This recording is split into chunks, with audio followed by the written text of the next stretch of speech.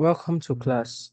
This is module 4 of the course Microeconomics, and we'll be talking about the theory of production, And at this module, we actually look into the fundamental microeconomics principle of how firms transform inputs like land, labor, and capital into goods and services. And we will analyze production decision, the efficiency, and profit maximization. We need to look into production function. But before we go into that, the theory of production is a fundamental pillar in microeconomics analysis. And this focuses on how firms transform inputs, that is, factors of production such as land, labor, capital, and entrepreneurship into output, which is goods and services. And it seeks to understand the technological and economic relationship between resources and the resulting level of output within the given time frame. Now, when we talk about the production function, it is a mathematical representation of the maximum output a firm can produce from given inputs. And this, we talked about input being the factors of production like land, labor, and capital, and also entrepreneurship and capital. And these are the input, assuming efficient resources utilization. So it is a mathematical representation of the maximum output a firm can produce from giving out inputs, assuming efficient resource utilization. And this is described as shown on the screen, which is Q is equal to functional relationship F into brackets LKTM. And this means the Q is the quantity of output produced is equal to a functional relationship, L representing labor inputs, K representing capital inputs, T representing land or technology, and we have the M representing management or entrepreneurial skill. And this is actually optional depending on the scope. We have the types of production function. The first one is the short-run production, and this deals with the fixed input and diminishing return. And in the short run, at least one input, typically capital, is fixed, while others are variable. And this leads to concepts like the total production, TP, the marginal product, MP, and the average product, which is the AP. Talking about the TP, it is the total output produced by a certain amount of inputs. And for marginal product, it is the additional output resulting from the use of one more units of variable inputs like labor. And mathematically, it is MP is equal to change in quantity over change in labor. And the average product AP shows the output per unit of variable input used, and this can be derived by using AP is equal to quantity over labor. Talking about the law of diminishing marginal return now, it actually states that eventually adding more variable inputs to fixed inputs will lead to smaller increase in output, and that is about the short run production. The second type of production function is the long run production, which deals with all inputs are variable. In the long run, all inputs are variable, and it allows firms to adjust their scale of operation entirely.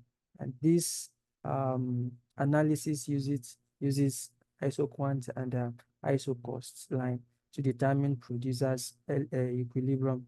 I'll talk about the isoquants. These are curves showing different combination of inputs that yield the same output, and you can see it in the the um, in the on the screen rather, and we also have the ISO cost line, and this uh, the budget constraints showing various combination of inputs a firm can afford.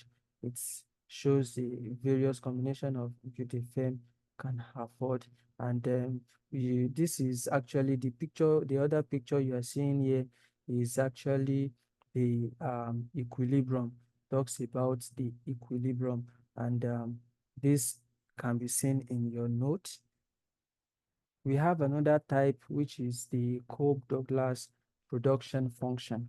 Cobb-Douglas production function. And when we talk about the Cobb-Douglas production function, it is widely used, it's a widely used model to measure output elasticity for labor and capital. And when we talk about this, it's actually Q is equal to A, which is the total factor productivity, um, and then you see the alpha there, you see the beta there. L, you know, L is a labor, and then we have K to be the capital. And when we talk about alpha and the beta, it is output elasticity of labor and capital. And the sum of the alpha plus beta determines the type of return to scale. And when we talk about return to scale, when it is equals to 1, it's a constant return to scale. When it is greater than 1, it is increasing return to scale. And when it is less than 1, it is known as the decreasing return to scale. We'll talk about it in coming module.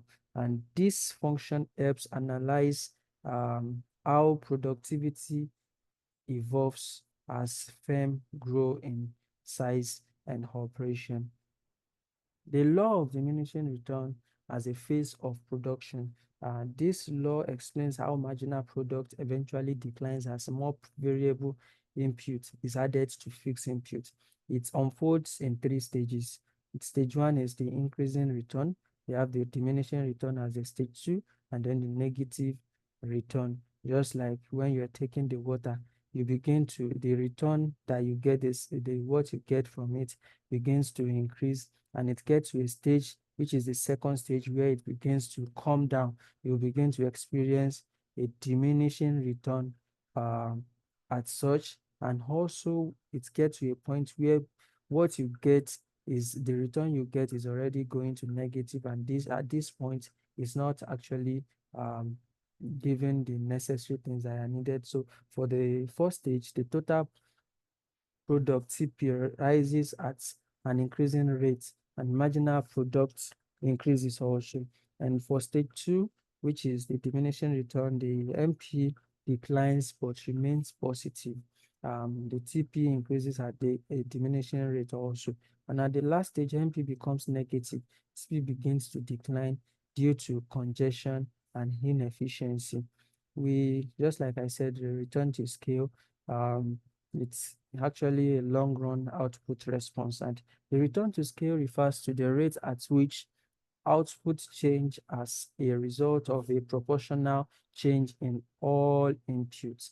In the long run, where no input is held constant, the resulting change in output leads to 3 possibilities, and this is the increasing return to scale. Just like I said, output increases more than proportional to input increase. And this is, for example, doubling input triples output. And for constant return to scale, and this output increases in exact proportion to inputs. And for the decreasing return to scale, output increases less than proportionally to input increases. And this concept is crucial for strategic business planning and understanding long-run cost behavior. In conclusion, the theory of production is essential for understanding firm behavior and resources optimization.